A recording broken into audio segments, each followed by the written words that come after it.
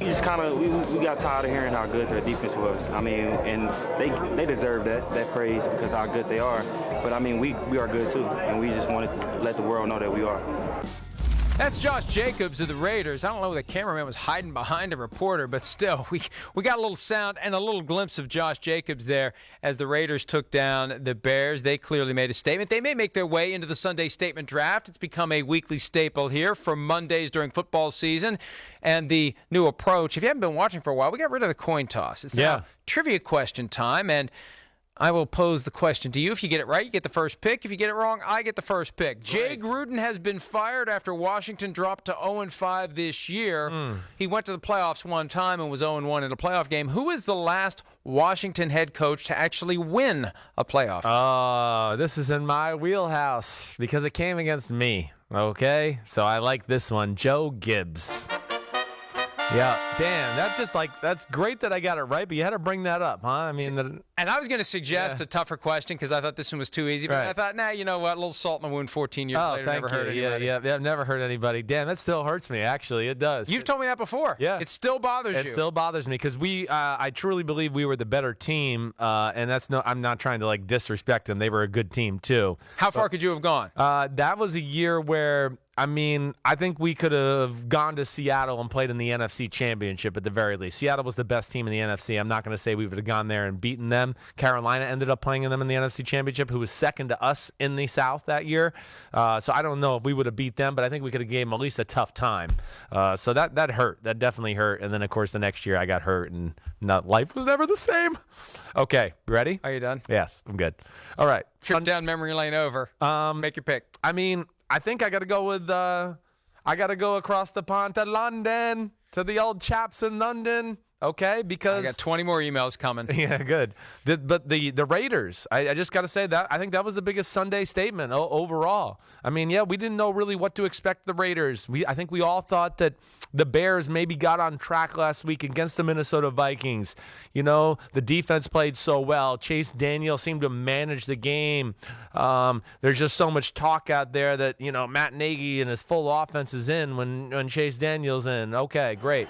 But the Raiders, the physicality they brought to the football game and really pushing around the Bears front seven, I think was one of the shockers of the week. So for them to go over there, really win that game and really controlled the game. They kind of screwed it up with a toss fumble that gave them a one-play touchdown drive. Had another turnover that set up a short field. It was the punt return that set up the short field for the Bears. So the Raiders are my Sunday statement. Yeah, I mean, it wasn't just building that 17-0 lead. It was hanging on once the Bears came back because other teams would have just said, oh, well, we gave it our shot. Right. It was inevitable the Bears were going to win. Right. We can take some pride in the fact that we were up. No, they hung with it. 13-play, 97-yard drive to win the game. I got to go with Sunday Night Football. Yeah, and I got to go with the Colts. Right. Frank Reich, right? Yeah. A guy who is very accustomed to that underdog role, a guy who relishes people writing him off, and you know he was the perfect coach for the job. The way things worked out nearly 2 years ago when Josh McDaniels bailed out, and it's working even without Andrew Luck. It's working. And yes, they lost to the Raiders last week, and I don't know how that happened, and I still don't know how that happened. But they went to Kansas City, and that big wall they built got it done. Yeah, they controlled the time of possession. They kept Patrick Mahomes on the field. They switched from their primary defensive zone to man to slow things down. Right. And they just managed to do it. You know, it was the first time in 25 games in the regular season that the Chiefs hadn't scored at least 25 points. They had 13 last night. Credit to the defense, credit to the offense, credit to the coaching staff. Yep. The Colts stunned everybody. Last night was the first time that I can remember that we were all unanimous in our picks on Football Night in America. I knew that was a disaster when it happened. Wrong. That was when we all went there. I don't even know if you heard me at the end of the show. I said, "Uh-oh," because that's never good. When you're unanimous, you're usually setting up for a disaster. But I'm with you. That was definitely one of the statements of yesterday. Colts team back against the wall. They went in there and really put in an impressive showing. Okay, I think I'm going to go. with my boy Aaron Rodgers. I knew. And the Green Bay I thought Packers about it. here. I thought about it. I got to. I mean, just, hey, Green Bay, you come off a heartbreaking Thursday night loss to the Philadelphia Eagles, and you're starting to go, ooh, okay, gosh, man, their defense got torched. The offense looked good in that Eagles game, but, man, will they be able to, and the Eagles defense banged up, you're going, man, are they going to be able to go down to Dallas and win a football game down there against Dallas, who just came off a loss? You figured they'd be pissed off and, crossing the T's and dotting the I's. But really, Green Bay causing turnovers on the defensive side of the ball. Aaron Jones rushing. Rodgers, especially in the first half, nothing there in the pass game without Devontae Adams, made some Rodgers-type plays where he bought time and made some incredible throws down the field. So I just looked at that to go into Dallas and then at some point be up 31-3 in Dallas. Nobody expected that. I know that. And I just think that was a statement that officially says Green Bay's for real. We knew they were good and they're a work in progress and things are, but I think this kind of says, okay, Green Bay is going to be here for the long haul this year. They're not going anywhere. Especially because they got it done without Devontae Adams. Yeah. I was very skeptical of their ability to win the game. They have their running game now with Aaron Jones, 4 touchdowns, over 100 rushing yards, and the offense is getting better. That was the one thing we said is they were winning games early with an offense that was sluggish, money in the bank, because the offense eventually is going to improve. Now, the defense gave up over 500 yards yesterday, and a lot of it was in garbage time. But still, the defense needs to hold its end. The offense needs to hold its end. That's something Aaron Rodgers said before the Eagles game, and they did lose to Philly, but they seem to be in very good shape. All right, I'm going to go with Deshaun Watson. Yeah. Because all this talk about Patrick Mahomes and Russell Wilson, I think we had a couple MVP candidates force their way into the conversation yesterday with Deshaun Watson and Christian McCaffrey. Right. Especially given that Patrick Mahomes lost and was banged up and I'm not going to say he's going to miss time, but he may not be 100%. Yeah. And that may show in his performance moving forward. But Watson was 28 for 33, 426 yards, 5 touchdowns, 158.3 passer rating. That is perfection. And he averaged 12.9 yards per attempt.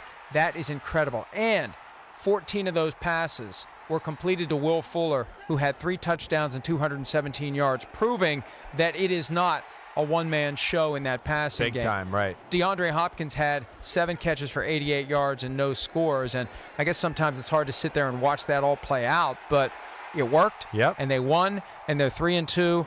And somebody's got to separate in the AFC South. Yesterday we saw the Colts and the Texans win, and we saw the Titans and the Jaguars lose, and maybe it's going to come down to the Texans and the Colts. Yeah, it could. I mean, Watson's amazing. I mean, when I just really look at football right now, I just go, Watson, Russell Wilson, Mahomes, Aaron Rodgers, they kind of stand above the rest, I think, at the quarterback positions. They're kind of in their own elite little class there because they can just do things that other guys in the sport can't at this point. And Watson is a true superstar, was phenomenal yesterday. And Billy O'Brien, I mean, he just always answers the bell. I mean, he really does. He's a hell of a football coach. I wish they were a little more creative on the offensive side of the ball, and maybe yesterday jump-starts that a little bit. But by the way, next week, Texans Chiefs. I know. Patrick Mahomes, Deshaun Watson taking back-to-back in the 2017 draft. Yeah. And I think number 4 will be motivated for that one. So, all right, my next statement, I think I got to go with Teddy Bridgewater here, okay? Teddy Bridgewater, New Orleans Saints, to win a game against the Tampa Bay Buccaneers, who came off a big win against the Rams. But Teddy Bridgewater, I think, calmed us all on Sunday to go, oh, yeah, he can now orchestrate the offense, and he can strike when people are open, and he really did a great job and played the best game maybe we've ever seen him play, really, in the NFL to this point, because in Minnesota he was more of a game manager. Yesterday he made some big-time plays and throws. All right, I agree with you completely, and he gave a lot of credit to Sean Payton. I talked to him after the game. Sean Payton knows where everyone's going to be on the field. He draws up that game plan, and somebody's still got to execute it. And Teddy Bridgewater came in and got it done. He said his knee feels better than it did before that injury in August of 2016. He's come a long way, and he's setting himself up to be a starter next year. And the dilemma that the Saints will potentially face after this season, do we squeeze one more year out of Drew Brees? Or do we say, Drew, you know what, we're just going to stick with Teddy Bridgewater, because it may very well be that Teddy decides, I'm going to go somewhere else for 2020, especially and we're a long way from this happening, but what if the team that drafted him decides, Yeah, we'll have you back. maybe we'll bring it back. Right. Maybe you we'll got to bring make it the back. last pick. Well, I am making the last pick. Okay, And the 'cause last you were pick about for to go me- to commercial. No, I and you wasn't. didn't No, I have a wasn't. pick. Okay, No, just want to make Kevin sure. Stefanski. Okay. The Vikings offensive coordinator. Whoa, not you, He made Kirk the statement. Cousins. Not Kirk. you. Well, listen, this guy's in the middle of all of the crap. That's right. Last week. Yep. And he's got to deal with Kirk Cousins, Adam Thielen, Stephon Diggs. He's got to deal with the fact that the offense was crap the week earlier against the Bears. Right. And he's getting ready to face Pat Shurmur, who was the offensive coordinator when Stefanski was the quarterback's coach. So there's a little of that going on, a little extra pressure. Right. Got to go on the road, got to deal with all the dysfunction. Head coach is expecting you to infuse balance into the offense. You know, Mike Zimmer, as hands-off as any coach who specializes in one side of the ball is. And I think Stefanski may have made a solid case yesterday for head coaching consideration next year, because he did on the offensive side of the ball what head coaches have to do all the time, which is spin all the plates, right? Manage all the issues, and on Sunday, make it all work. Yeah, he definitely did. I'm not going to go as crazy as you say and go in a head coaching candidate. He was a candidate for Cleveland last year. They were stupid for making him a candidate, and I'd still got to see more, because they looked like crap last week, and they've looked like crap a few other times on the offensive side of the ball, but it was a good start for your Vikings nonetheless. Well, and I don't think it's going to last. Yeah. But it was a statement yesterday. There it is. I don't think it's going to last. They could have lost. After everything that went on, I was not going to be shocked if they had lost yesterday. And because you're doomsday. No, I'm If not. your I'm team, realistic. You're always looking like, realistic. oh, gosh. Hi, I'm Mike Tirico, and thanks for watching. Make sure to hit subscribe for the latest news and highlights from NBC Sports.